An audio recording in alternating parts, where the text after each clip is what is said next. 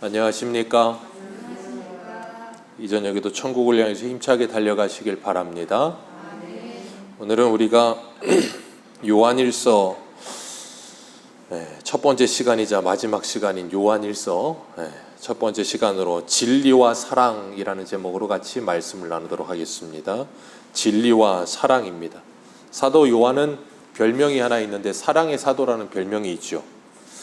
12사도 중에서 가장 오래 살았던 사람이었고, 예수님께서 십자가에 죽으실 때 예수님의 어머니 마리아를 부탁했던 사도도 이 사도 요한입니다.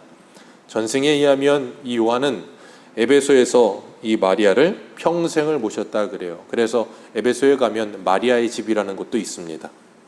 사도 요한은 에베소에서 바울이 순교하고 난 후에 디모데와 함께 이 에베소 교회를 섬겼고, 그리고 그 제자였던 폴리갑이 계속 이어서 이제 에베소 교회를 섬기게 되는데, 이 사도 요한이 에베소 교회에서 섬기다가 이제 유배를 받아서 에베소 근처 이 밤모라고 하는 섬에 가서 죽을 때까지 계시록까지 다 기록하고 나서 이제 가장 오래 있다가 12사도 중에 가장 마지막에 죽습니다.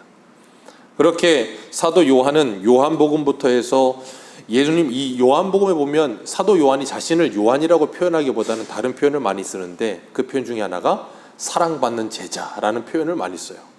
예수님께 특별한 사랑을 많이 받았던 것 같아요. 그리고 예수님께서 마리아를 부탁하였을 때 평생을 마리아를 모시면서 그 사랑을 풍성히 배웠던 것 같습니다. 그래서 사도 요한은 요한서신을 쓸 때마다 끊임없이 사랑에 대해서 굉장히 많이 강조했어요. 이 요한은 부유한 집안의 아들이었습니다. 야고보와 함께 꽤 배우기도 많이 배웠던 사람이었고 부유한 집의 아들이었고, 그랬기 때문에 이 성경의 인류 최초의 치맛바람이 이 사도 요한의 어머니잖아요. 사도 요한의 어머니가 예수님께서 뭐라 그래요? 내 두 아들을 예수님 좌우편에. 그게 사도 요한의 어머니예요. 그럴 만큼 치맛바람도 강렬했던 여인이었고, 그런 좋은 집에서 자라났던 사람이었기 때문에 배움도 많았고, 그랬기 때문에 다른 사도들이 많은 일을 할 때 사도 요한도 큰 욕심과 원대한 꿈도 있었겠죠. 그런데 사도 요한은 에베소에서 그곳에서 평생을 마리아를 모시면서 그곳에서 살았어요. 그리고 마지막에는 밤모에 가서 하나님의 말씀을 받아 이 로마에 있는 교회들에게 계시록을 써보내면서 그들이 지금 당하고 있는 현실에서 믿음으로 살 것을 독려하게 됩니다. 사랑이라고 하는 것에 대해서 사도 요한이 꽤 많이 강조했는데, 사도 요한만 강조한 게 아니라 성경 전체가 사랑에 대해서 우리에게 항상 강조하시죠. 이유는 하나입니다. 하나님은 사랑이시기 때문이에요. 요한이 요한일서에 그러잖아요. 하나님은 사랑이시라. 사도 바울도 고린도전서 13장, 우리가 사랑장이라고 말하는 곳에서 13절에 뭐라 그래요? 믿음, 소망, 사랑, 이 세 가지는 항상 있을 것인데 그 중에 제일은 뭐라고요? 사랑이니라. 믿음, 소망도 있어야 되겠지만 사랑이 제일 중하다, 그렇게 말을 해요. 그리고 로마서 13장에는 사랑하는 자는 율법을 다 이루었느니라, 사랑은 율법의 완성이니라 라고 우리에게 말씀하세요. 우리가 잊지 말아야 될 것, 사랑은 율법의 완성입니다. 아멘이십니까? 예수님께서도 우리에게 세 계명을 주셨는데 서로 사랑하라 그러셨어요. 내가 너희를 사랑한 것까지 서로 사랑하라. 그럼 뭐 한다고요? 율법을 완성하느니라. 그 말은 우리가 사랑합니다 라고 말을 하는 것으로 율법의 완성이 되는 게 아니에요. 사랑하면 이웃에게 악을 행하지 않습니다. 사랑하면 이웃에게 선을 행해요. 하나님의 말씀이 사랑하게 되면 자연스럽게 지켜지는 거예요. 사랑하게 되면 하나님의 말씀이 무거운 짐이 되지 않고 가벼운 짐이 되어서 자연스럽게 지켜집니다. 그런데 사랑하지 않으면 하나님의 말씀이 무거운 짐이 되어버려요. 그래서 하나님의 말씀을 따라 사는 것이 그만큼 힘들어져요. 그럴 때 우리는 뭐 해야 된다 그랬어요? 제가 기도하면서 하나님이 우리에게 베푸신 그 사랑을 확인해야 된다 그랬어요. 그 사랑을 묵상해야 된다 그랬어요. 그래서 내가 받은 사랑이 얼마나 큰 것인지를 다시금 확인해야 내 안에서부터 뭐가 나요? 사랑이 나가요. 그리고 하나님의 말씀을 따라 사는 것이 기쁨이 되어지게 되는 것입니다. 오늘 사도 요한은 자신을 장로라고 표현하면서 부녀들과 그 자녀들에게 편지한다, 그렇게 이야기를 합니다. 그러면서 그들에게 뭐라 그러는가 하면 나는 택하심을 받은 부녀와 그 자녀들에게 편지한다 그랬어요. 택하심을 받았다. 13절도 한번 읽습니다. 13절입니다. 시작. 택하심을 받은 내 자녀의 아멘. 시작과 끝에 뭘 이야기해요? 택하심을 받은 사람들. 잊지 말아야 될 것은 우리는 하나님의 택하심을 받은 사람들입니다. 하나님의 택하심에는 조건이나 가치가 없어요. 그래서 우리는 하나님의 사랑을 아가페의 사랑, 무조건적인 사랑이라고 이야기하죠. 우리 사랑은 항상 조건적입니다. 항상 사람의 사랑은 조건이 있어야 사랑을 해요. 내 가족이거나 내 아는 사람이거나 아니면 내가 사랑하는 대상이 무언가 가치가 있다고 생각하기 때문에 사랑하지, 아무런 조건이 없이 사랑하는 사람은 없습니다. 사람의 사랑은 항상 그렇게 조건이 있어요. 그런데 하나님의 사랑은 뭐 한다고요? 무조건이에요. 아무 조건이 없어요. 우리 한 군데만 보겠습니다. 로마서 9장 한번 보세요. 로마서 9장 11절.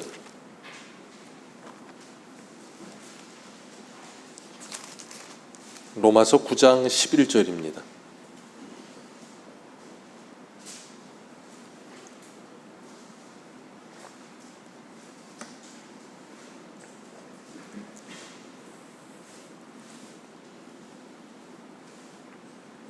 로마서 9장 11절 같이 읽습니다. 시작. 그 자식들이 아직 나지도 아니하고 무슨 선이나 악을 행하지 아니한 때에 택하심을 따라 되는 하나님의 뜻이 행위로 말미암지 않고 오직 부르시는 이로 말미암아 서게 하려 하사. 여기 분명히 뭐라 그러세요? 리브가가 아이를 가졌는데 쌍둥이를 가졌죠. 에서와 야곱. 그런데 이 둘이 아직 태어나지도 않았는데, 선한 일이나 악한 일을 행하지도 않았는데 뭐 했다고요? 택하심을 따라. 그냥 태중에 있을 때 하나님이 택하셨다고요. 그래서 13절에 뭐라 그러세요? 13절 같이 읽습니다. 시작. 기록된 바 내가 야곱은 사랑하고 에서는 미워하심이라. 참 불공평하지 않습니까? 인간적인 생각으로 보면. 왜 하나님이 야곱만 택하십니까? 에서는 택하시면 안 됩니까? 근데 하나님이 야곱을 사랑하시기로 택하셨다니까요. 무슨 조건이 있습니까? 조건이 없다니까요. 그러니까 우리가 하나님의 택하심을 받아 부르심을 받았다는 건 조건이 있어요, 없어요? 조건이 없어요. 그래서 우리에게 자랑할 게 있습니까, 없습니까? 자랑할 게 아무것도 없어요. 오직 우리는 예수 그리스도의 십자가 외에 자랑할 게 없는 거예요. 부르심을 받지 못한 사람과 부르심을 받은 사람의 차이는 아무것도 없어요. 그냥 하나님의 택하심 때문인 거예요. 그렇기 때문에 우리는 저 세상 가운데 있는 사람들을 볼 때 어떤 마음이 들어야 당연한 거예요? 나도 너와 똑같은 사람이다라는 마음을 가져야 당연한 거예요. 나는 선하고 너는 악하다라는 이상한 생각에 빠져드시면 안 돼요. 우리의 공로가 아니기 때문에. 하나님께서 그렇게 택하셨다 그랬고, 에베소서 1장에는 에베소서 1장 4절에 곧 창세전에 그리스도 안에서 우리를 택하사 우리로 사랑 안에서 그 앞에 거룩하고 흠이 없게 하시려고 그 기쁘신 뜻으로 우리를 예정하사 예수 그리스도로 말미암아 자기 아들들이 되게 하셨으니 이는 그가 사랑하시는 자 안에서 우리에게 거저 주시는 바 그 은혜의 영광을 찬송하게 하려는 것이라. 아멘. 로마서 9장에서는 어머니의 태중에 있을 때, 에베소서 1장에서는 언제요? 창세 전에 하나님이 우리를 그 기쁘신 뜻대로 우리를 예정하사 그리스도로 말미암아 자기 아들들이 되게 하셨다. 그래서 우리는 이걸 뭐라고 부르냐면 예정예지라고 부르는 거예요. 하나님이 미리 정하시고 아셨다. 그래서 하나님은 창세전에 우리를 택하여 정하셨고 예수 그리스도로 말미암아 자기 아들들이 되게 하시려고 정하셨다라는 거예요. 아멘이십니까? 이게 하나님의 선택이라고 하는 거예요. 그래서 우리가 잊지 말아야 될 것, 하나님의 택하심을 받았다는 것이 얼마나 큰 은혜요 복이라는 것을 기억하시고, 하나님의 택하심을 받은 우리 성도들이 함께 모여 있을 때 잊지 말아야 될 것, 우리가 하나 되는 근거, 오늘 1절 다시 읽습니다. 오늘 본문 1절입니다. 다시 읽습니다. 시작.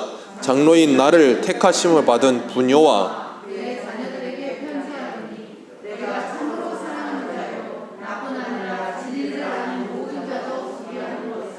아멘. 여기 보면 내가 참으로 사랑하는 자야 나뿐 아니라 진리를 아는 모든 자들이 그러한 것은 우리 안에 거하는 영원히 우리와 함께할 진리로 말미암음이로다 그랬어요. 우리가 사랑하는 것은 뭐로 말미암음이라? 2절에 마지막에 우리가 사랑하는 것은 진리를 아는 모든 자들도 그러하는 것은 무엇 때문이라? 우리 안에 거하는 영원히 우리와 함께할 진리로 말미암은 것이라. 그러니까 다시 바꿔 말해서 우리가 서로 사랑하는 것은 무엇 안의 사랑이라? 진리 안의 사랑이라. 진리 안의 사랑이에요. 진리 밖의 사랑이 아닙니다. 우리는 박애주의자들은 아니에요. 우리는 세상 모든 사람을 다 사랑합니다. 그렇게 이제 자꾸 이야기하기 시작하면 자꾸 어떻게 되는가 하면, 어떻게 하나님은 사랑이신데 지옥을 만드실 수 있습니까? 어떻게 하나님은 선택한 자들만 구원하시고 택하지 않은 자들을 지옥에 보내실 수가 있으십니까? 그런 쪽으로 자꾸 가는 거예요. 그래서 요즘은 뭘 하냐면 지옥은 없다는 식으로 말하는 사람들이 종종 나타나기 시작해요. 참 신기하죠? 하나님보다 더 사랑이 많아요. 안 그렇습니까? 하나님보다 사랑이 더 많아요. 하나님보다 더 박애적이라니까요. 우리가 진리 안에 사랑한다, 이 말은 같은 진리 안에 있는 성도들이 함께 사랑한다는 말이고, 그리고 우리가 저 세상에 있는 사람들을 그 진리 안에서 뭐 해야 돼요? 품어야 된다는 말을 하고 있는 거예요. 그들을 품어야 되는데 이 진리가 무엇이냐? 이 예수님을 신문하던 이 빌라도도 예수님께 그러죠. 진리가 뭐냐? 그런 말을 질문을 해요. 요한복음에 보면. 왜 그럴까요? 이 사람이 뭔가 있긴 있는 것 같은데, 뭔가 이 참 철학도 있는 것 같고, 빌라도 입장에서는 뭔가 이렇게 막 가르치고 오르는 거 보면 참 신기한데, 도대체 네가 말하는 진리가 뭐냐? 그놈 진리가 네 생명을 걸 만큼 그렇게 중요한 거냐? 그러면서 묻는 거예요. 진리가 뭐냐고. 예수님께서 요한복음 14장 6절에 이렇게 말씀하셨어요. 예수께서 이르시되 내가 곧 길이요 진리요 생명이니 누구든지 나로 말미암지 않고는 아버지께로 올 자가 없느니라. 예수님이 뭐라 그러세요? 내가 곧 길이고 진리고 생명이다. 누가 진리라고요? 예수 그리스도가 진리이십니다. 우리는 진리 안에 사랑합니다. 어디 안에서요? 예수 그리스도 안에서 사랑하는 거예요. 요한복음 한 군데 보겠습니다. 16장 7절을 한번 보세요. 요한복음 16장 7절.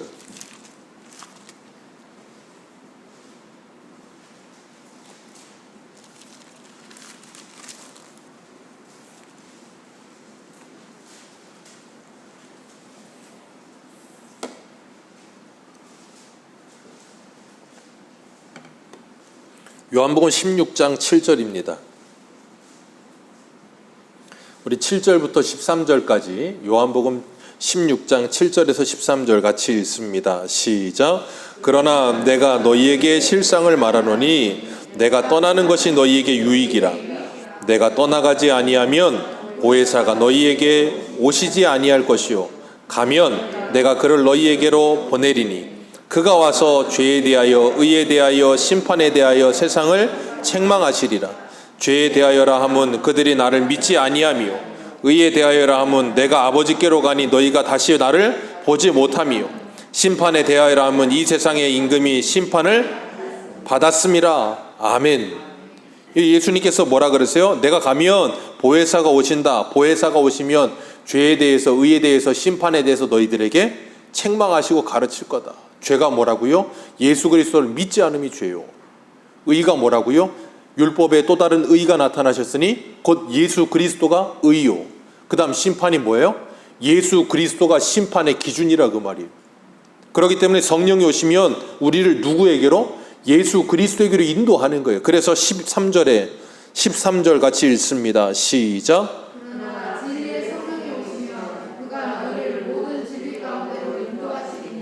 그가 스스로 말하지 않고 오직 들은 것을 말하며 장래 일을 너희에게 알리시리라. 아멘.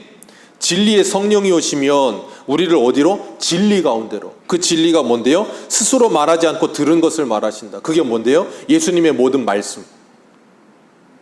그게 진리라고요. 성령께서 오셔서 우리에게 하시는 그 진리 가운데로 인도하신다. 그래서 요한복음 8장에 보면 32절에 진리를 알지니 진리가 너희를 자유하게 하리라. 진리를 알면 너희가 자유하게 되리라. 그리고 고린도후서 3장 17절에도 주의 영이 계신 곳에는 주는 영이시니 주의 영이 계신 곳에는 자유가 있느니라. 주의 영이 오시면 주의 영이 뭔데요? 진리예요. 그 진리의 영이 오시면 우리를 뭐 한다고요? 모든 진리 가운데로 인도하신다. 그 모든 진리가 누군데요? 예수 그리스도. 그래서 예수 그리스도 안에서 고린도후서에 말하는 것처럼 모든 구약에 덮여진 수건들이 벗겨지는 거예요. 그래서 우리라고 뭐예요? 하나님의 진리를 밝히 깨닫게 하시는 거예요. 그 일이 언제 일어났어요? 사도행전에서 일어나잖아요. 그래서 하나님께서 우리로 하여금 예수 그리스도를 바로 믿게 하시고 예수 그리스도 안에서 참된 진리를 깨달아가면서 오늘 오전에도 말씀드렸죠. 두려움을 해소할 수 있는 방법이 뭐라고요? 아는 거라 그랬잖아요. 알면 두렵지 않다 그랬잖아요.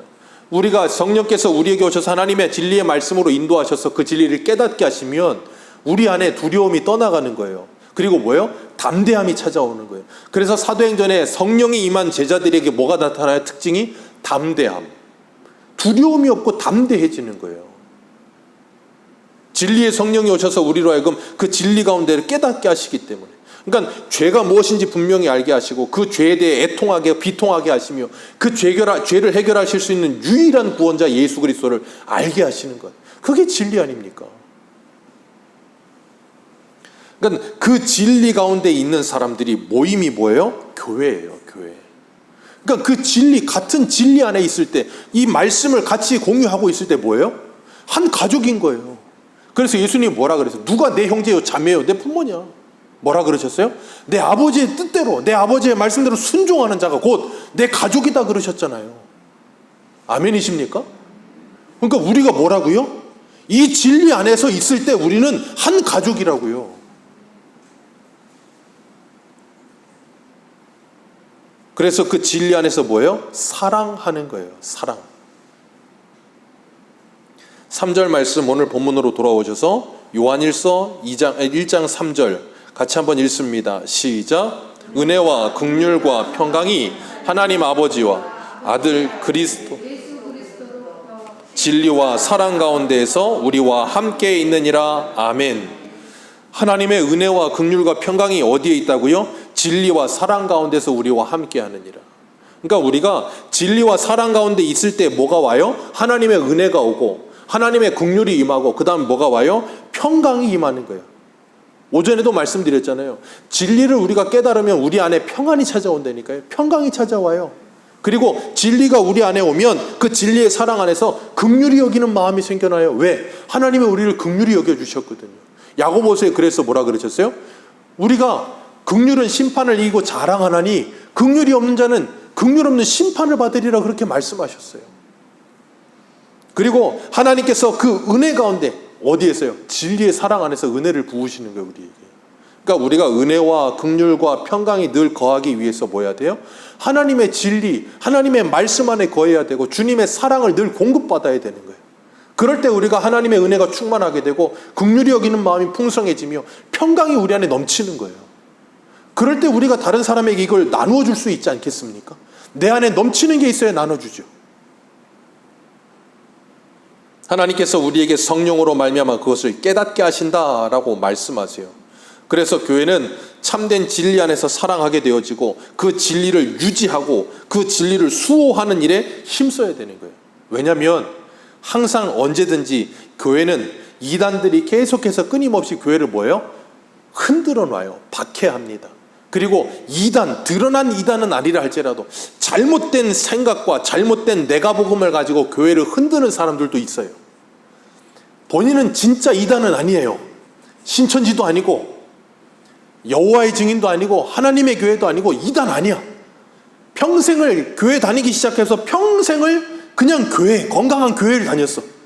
건강한 교회를 다녔는데 이 신앙과 사상은 다분히도 이단적인 사상이 강득해. 그런 사람들이 꽤 있어요. 그런데 그게 잘 변하지도 않아요. 왜? 그게 진리라고 믿어. 그러다 보니까 진리의 말씀을 가지고 올바르게 가르쳐도 그걸 버리질 못해요. 참 그런 사람들이 제일 힘들고 답답한데 그러다 보니까 하나님의 말씀이 들어가질 않아요. 그 안에. 오늘 본문에 보면 이 6, 7절 말씀 우리 같이 한번 읽어볼까요? 7절입니다. 시작.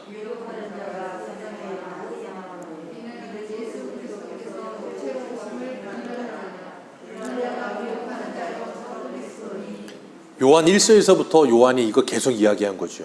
적그리스도, 영지주의자들, 이들로부터 교회와 성도들을 지킬 수 있는 게 뭐라고요? 진리와 사랑. 그 진리와 사랑으로 이 모든 이단자들로부터 교회와 성도들을 지킬 수 있다라고 말을 하는 거예요. 그러면서 사도 요한이 4절에 뭐라 그러냐면, 너희 자녀들 중에 우리가 아버지께 받은 계명대로 진리를 행하는 자가 있다고 하니, 진리를 행하는 자가 뭐예요? 하나님의 진리의 말씀, 이 성경의 말씀대로 순종하며 살아가는 자가 있다고 하니, 내가 뭐하다? 내가 보니 심히 기쁘도다. 이게 바로 목회자의 보람이에요. 목회자의 보람이요, 목회자의 기쁨은 아무것도 없어요. 딱 하나, 하나님의 사람들이 하나님의 말씀대로 양육되어져 가며 그 말씀대로 살아가는 모습을 볼 때 그걸로 가장 기쁜 거예요. 그런 사람들이 나타나게 될 때 목회자는 진정으로 목회에 성공한 사람이 되는 거예요. 그렇기 때문에 우리가 뭐 해야 되는가 하면, 목회자도 그렇고 여러분들도 그렇고 하나님의 진리의 말씀 안에서 날마다 그 말씀의 교육을 받으며 그 말씀의 다스림을 받으며 훈련을 받아가면서 자라가는 거예요, 함께. 그럴 때 뭐예요? 서로가 기쁨이 되는 거예요. 서로가 즐거움이 되는 거예요. 그렇게 서로가 기쁨이 되고 즐거움이 되면 어떻겠어요? 더 만나고 싶죠. 진리 안에서 하나가 되고 사랑하니까 통하잖아요. 잘 통하는 거예요. 그러니까 우리가 이게 요한 1서에서도 말씀드렸지만, 적그리스도는 사도 요한이 뭐라 그랬어요? 우리의 말을 듣지 않는다 그랬잖아요. 그게 제가 뭐라 그랬습니까? 말이 안 통한다 그랬잖아요. 그죠? 예, 우리가 같은 진리 안에 있으면 말이 잘 통해요. 그래서 우리가 신앙 안에서는 세대 차이라는 게 별로 없어요. 왜냐하면 하나님의 성령, 진리의 영이 우리에게 오셔서 하나님의 진리의 말씀을 올바르게 깨닫게 하시면 말이 잘 통해요. 진리 안에서, 말씀 안에서 말이 잘 통한다고요. 왜? 아니, 이 진리를 같이 공유하고 있기 때문에, 사상과 생각이 같기 때문에 말이 안 통할 수가 없어요. 통한다고요. 세대 갈등이 없다고요, 교회 안에서는. 그런데 이 하나님의 진리의 말씀이 우리 안에 올바른 사상으로 재 있지 않은 사람들은 뭐가 안 통해요? 말이 안 통해요. 아무리 이야기를 해도 말이 안 통해요. 정말로 답답합니다, 그러면.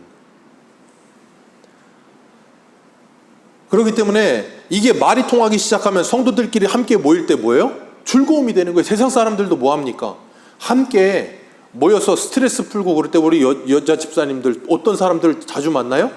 나랑 마음 맞는 사람들. 마음 맞는다는 게 뭐예요? 생각이 같아요. 생각이 같아서 말이 잘 통해. 그런 사람 만나면 어때요? 좋아요. 그런 사람 만나면 시간이 금방 갑니다. 3시간, 4시간이 후딱 가요. 안 그렇습니까? 그래서 카페에서 만나신 여자분들을 보면 수다를 한참 떨어요. 그리고 헤어질 때 뭐라 그런다고요? 중요한 얘기는 이따 전화로 해. 왜요? 너무 죽이 잘 맞아. 교회가 그래야 되는 거예요. 예수 그리스도 안에서 하나님의 진리의 말씀 안에서 죽이 잘 맞아야 되는 거예요. 잘 통해야 되는 거예요. 말이 잘 통하는 거예요. 그러면서 신앙의 연배가 높으신 분들과 신앙의 연배가 아직 낮은 분들이 함께하면서 뭐하냐, 연배가 높은 사람들은 많은 경험과 하나님의 은혜를 가지고 연약한 이들을 세워가며 그들이 가고 있는 길이 올바른 것이라는 걸 가르쳐주며 함께 가는 거예요. 얼마나 아름답습니까? 그러면 어때요? 세상 가운데서 이 신앙의 말, 이 진리의 말씀을 가지고 세상 가운데 살면서 말이 잘 안 통해. 안 그렇습니까? 근데 우리는 여기서 말이 잘 안 통하고 세상에서 말이 잘 통하면 그건 좀 지금 이상한 거예요. 그러니까 우리는 저기서 말이 안 통해야 되고 여기서 말이 잘 통해야 돼.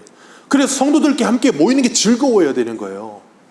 그게 기쁨이 돼야 되는 거고, 그래서 구역 예배가 활성화돼야 되는 거예요.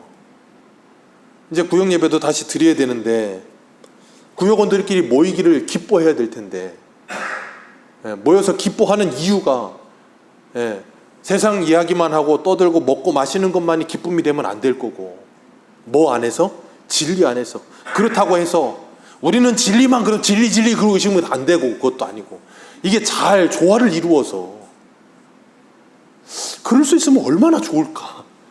그러면 기쁘지 않겠습니까? 그러면 막 즐겁지 않겠습니까? 교회 생활이 막 또 만나고 싶고 또 전화하고 싶고, 그럼 얼마나 좋을까요? 사도 바울이 지금 4절에 그들을 바라보면서 너무나도 심히 기쁘다 그렇게 말하고 있어요. 우리 중고등부 아이들 보세요. 얼마나 이쁩니까? 저 젊은 나이에, 혈기왕성한 나이에 어디 나가 노는 거 얼마나 좋을 때예요. 저 아이들이 주일에 여기 잡혀가지고 저렇게 찬양하고 섬기고, 저거 보는 것만 해도 은혜가 되지 않습니까? 아침에 10시에 와가지고 지금 7시, 8시 때까지 교회 하루 종일 있어요. 예전에 심사모가 그러더라고요. 나는 우리 애들 보는 것만으로도 은혜가 된다고. 안 그렇습니까? 요즘 저런 애들 얼마나 돼요?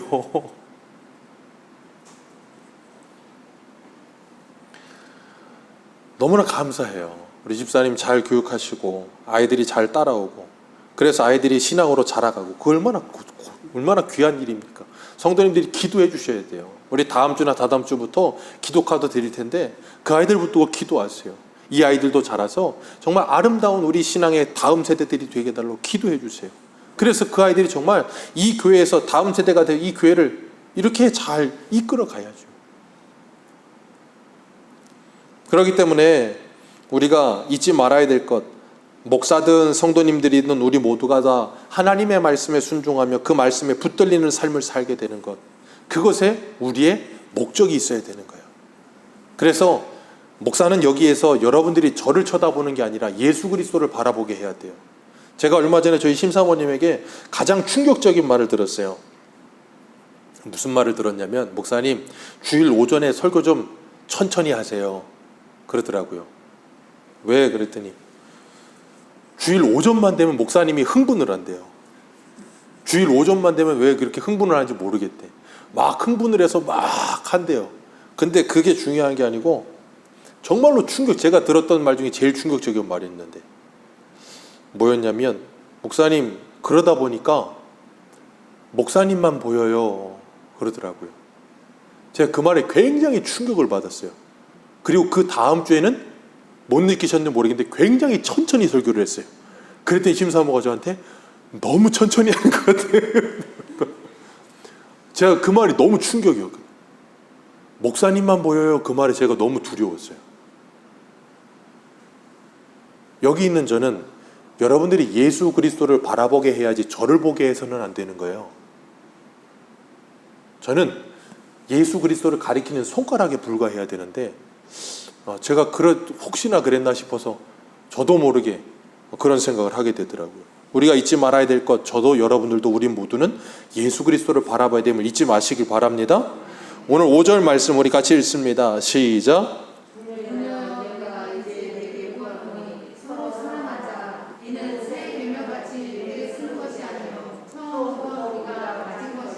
아멘. 우리가 서로 뭐하자? 사랑하자. 요한일서부터 해서 그냥 사랑 누가 말했나 그러면서 계속 그냥 사랑. 왜 이렇게 많이 반복할까요? 이것보다 중요한 게 없어서. 교회 안에 기억하세요. 이 세상에 있는 모든 교회는 다 문제가 있습니다. 어떤 교회를 가보세요. 문제 없는 교회 있나? 문제 없는 교회는 한 교회도 없습니다. 제가 장담할 수 있습니다. 왜냐하면 다 사람이라 그래요. 그런데 문제 있는 교회와 문제 없는 교회의 차이점이 있어요. 뭐냐면 모든 교회는 다 문제가 있는데 그 문제가 되지 않는 교회는, 사랑이 있는 교회는 문제가 되지 않아요. 근데 사랑이 없는 교회는 문제가 돼요. 참 신기해요. 네. 모든 교회는 다 문제가 있는데 문제가 없는 교회가 있고 있는 교회가 있다니까요. 그 차이는 딱 하나, 사랑이 있는 교회와 없는 교회. 사도 요한이 이야기해요. 우리가 서로 사랑하자. 그 사랑은 뭐라고요? 사랑하는 게 뭐라고요? 5절 말씀, 그 계명을 지키는 것이라. 6절에 사랑은 이것이니 우리가 그 계명을 따라 행하는 것이라. 사랑은 다른 것 아니다. 사랑이 바로 이것인데, 그것이 뭐냐면 하나님의 4절 말씀에 그 자녀들이 이야기한 것처럼 하나님의 계명을 따라 사는 것, 진리대로 행하는 것, 그게 뭐다? 그게 사랑이다. 그게 진짜 사랑이다. 우리 그렇게 서로 사랑하자. 뭐 안에서? 진리 안에서 서로 사랑하자. 요한일서 5장 3절에도 이야기합니다. 하나님을 사랑하는 것은 이것이니 우리가 그의 계명들을 지키는 것이라. 그의 계명은 무거운 것이 아니로다. 왜 무거운 것이 아니라 그랬어요? 사랑하면 무겁지 않아요. 사랑하지 않을 때 무거운 거예요. 그래서 우리는 날마다 하나님의 말씀을 지켜 사는 게 버거울 때마다 날마다 기도하셔야 돼요. 하나님, 나에게 사랑을 허락하여 주옵소서. 하나님이 나를 얼마나 사랑하셨는지를 다시금 내 안에 깨닫게 해 주옵소서. 그 사랑이 나를 녹여 주옵소서. 그럴 때 우리가 진정으로 사랑할 수 있게 되는 겁니다. 그럴 때 우리는 교회에 헌신하게 될 것이고, 예배에 열심을 내게 될 것이고, 하나님의 나라를 위해 힘쓰게 될 거예요. 그리고 교회 안에서 함께 서로가 서로를 섬겨주며 용서해주며 받아주는 일이 일어나기 시작할 거예요. 근데 사랑이 없으면 용서가 되지 않고 받아주지가 않아. 이게 용납이 잘 되질 않아. 왜요? 사랑이 메말라 버려서. 우리가 잊지 말아야 될 것, 시험이 들 때 항상 이 말씀을 기억하세요. 시험이 들 때는 다른 사람에 의해서 시험에 드는 것이 아니라 나 때문에 시험에 드는 겁니다. 다시 한번 말씀드려요. 시험이 들 때는 다른 사람 때문에 시험에 드는 게 아니라 누구 때문에 시험에 든다고요? 나 때문에 시험에 들어요. 어떤 나요? 하나님의 은혜가 단절된 나. 하나님의 사랑이 메말라 버린 나. 그래서 우리가 세상에서도 그렇잖아요. 건강할 때는 다른 웬만한 것들은 다 내게 힘든 일이 되지 않아요. 근데 힘이 빠져서 사람이 힘들 때는 전도서의 말씀처럼 메뚜기도 뭐가 돼요? 짐이 돼. 전 그 말씀이 제일 웃겨요. 메뚜기도 짐이 될 때가 오늘 전도서의 말씀에 나오는데, 아니 생각해보세요. 메뚜기가 무슨 짐이 됩니까? 그런데 사람이 힘들 때는 그 말도 안 되는 메뚜기가 1g이나 되겠습니까? 그만한 것도 내게 태산처럼 무겁게 느껴져요. 그래서 사람이 힘들고 짜증나고 어려울 때는 다른 사람 말 한마디가 어떻게 돼요? 그냥 핵폭탄처럼 오는 거예요. 그러니까 거기에 뭐예요? 빵 터지는 거예요. 그건 그 말 때문이 아니라 지나고 나서 가만 보면 내가 굉장히 괴로웠기 때문인 거예요. 그래서 우리가 날마다 그 사랑 안에 붙어있고 하나님의 은혜 안에 붙어있지 않으면 우리가 서로를 온전히 용납하거나 사랑하지 못해요. 이 사도 요한, 야고보의 형제라 그랬잖아요. 이 사람의 별명이 하나 있는데 예수님이 지어준 별명이 있어요. 우리가 지은 별명은 사랑의 사도고 예수님이 지어준 별명이 있는데 뭔지 아세요? 보아너게라는 별명이에요. 그 말이 뭐냐면 우레의 아들이라는 뜻이에요. 천둥 같다는 거예요. 우리 한 군데 한번 볼까요? 누가복음 9장 54절 한번 보세요. 누가복음 9장 54절.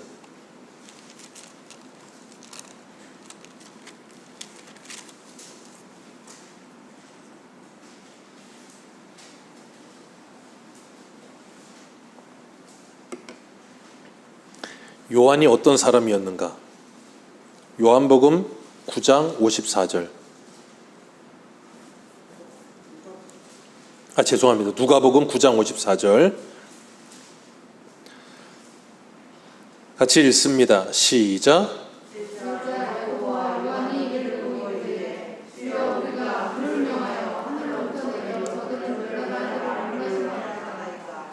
예수께서 돌아보시고 꾸짖으시고 함께 다른 마을로 가시니라. 이게 무슨 상황이냐면 지금 예수님이 가셔가지고 말씀을 전했어요. 그런데 그들이 그 말씀을 받았다는 거예요? 안 받았다는 거예요? 하나님의 말씀을 안 받아요. 그랬더니 요한하고 야고보가 열이 받은 거예요.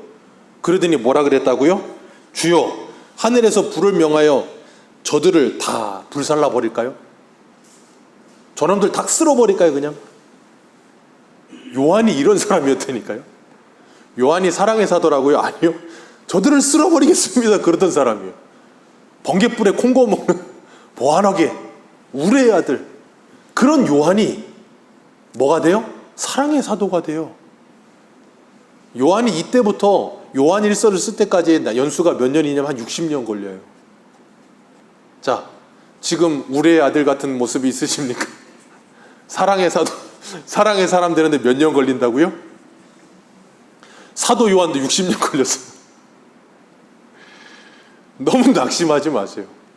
잘 안 변한다고 낙심하지 마시고 좌절하지 마시고 하나님의 은혜를 구하며 매일마다 하루씩 가세요. 그러다 보면 언젠가 몇십 년 지나고 나면 사랑의 사람이 되어 있을 겁니다. 지금 갑자기 번갯불에 콩고 먹듯이 우리는 성경책을 읽다 보니까 2장 읽고 3장 읽다 보면 사람이 갑자기 확 변한 것 같아. 우리는 그래서 항상 누구를 선망하냐면 바울을 선망해요.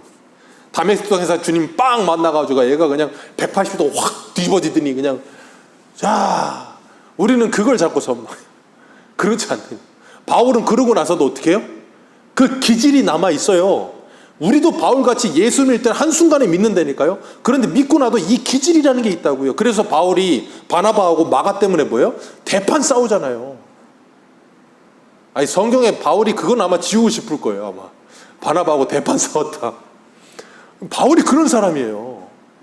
사도 요한도 그렇고, 결코 그렇게, 베드로도 그렇고, 결코 그렇게 예수님의 제자들이 성품적으로, 기질적으로 뭐 그렇게 굉장히 온유하고 그런 사람들이 아니에요. 다 한가닥 하던 사람들이에요. 한가닥 하던 사람들이 누구를 만나요? 예수를 만난 거예요. 예수를 만나고 나서 보니까 이 한가닥 하던 기질은 살아있는데 예수님의 사랑이 그에 덮여버리니까 어떡하냐면, 이게 막 튀어 올라가도 그 사랑이 막 눌러버려, 자꾸 이러니까. 그러니까 어떻게 해요? 막 올라가다가 누르고 올라가다 누르고 이렇게 되는 거예요, 자꾸. 이게 반복이에요, 반복. 그걸 뭐라 그래요? 훈련이라고 하는 거, 경건의 훈련. 그래서 세상의 운동선수들도 항상 뭐예요? 똑같은 자세를 수천 번씩 반복하잖아요. 가수도 앨범 하나 발매하려면 제가 들어보니까 한 곡 발매하는데 타이틀곡 3,000번 부른대요. 그러다 보면 나중에 꿈속에도 노래 부른대요. 그리고 한 곡 발매하는 거예요. 우리 하나님의 말씀대로 살기 위해 뭐 했나요? 3,000번 이상은 올라갔다 내려왔다가 계속 돼야 되는 거예요. 그러다 보면 주님께서 우리를 하나님의 사람으로 만들어 가실 겁니다. 그래서 우리가 하나님의 사람으로 변화되어 가면서 주님을 더욱더 의지하게 될 거예요. 그러니까 진리와 사랑 안에 거하고 7절에 미혹하는 자들을 뭐 해라? 스스로 조심해라. 그리고 내가 너희들에게 한 일을 잃어버리지 말고 온전히 상을 받아라. 그러면서 뭐라 그러냐면 무서운 말씀하세요. 이 10절 말씀, 10절과 11절 같이 읽습니다. 시작.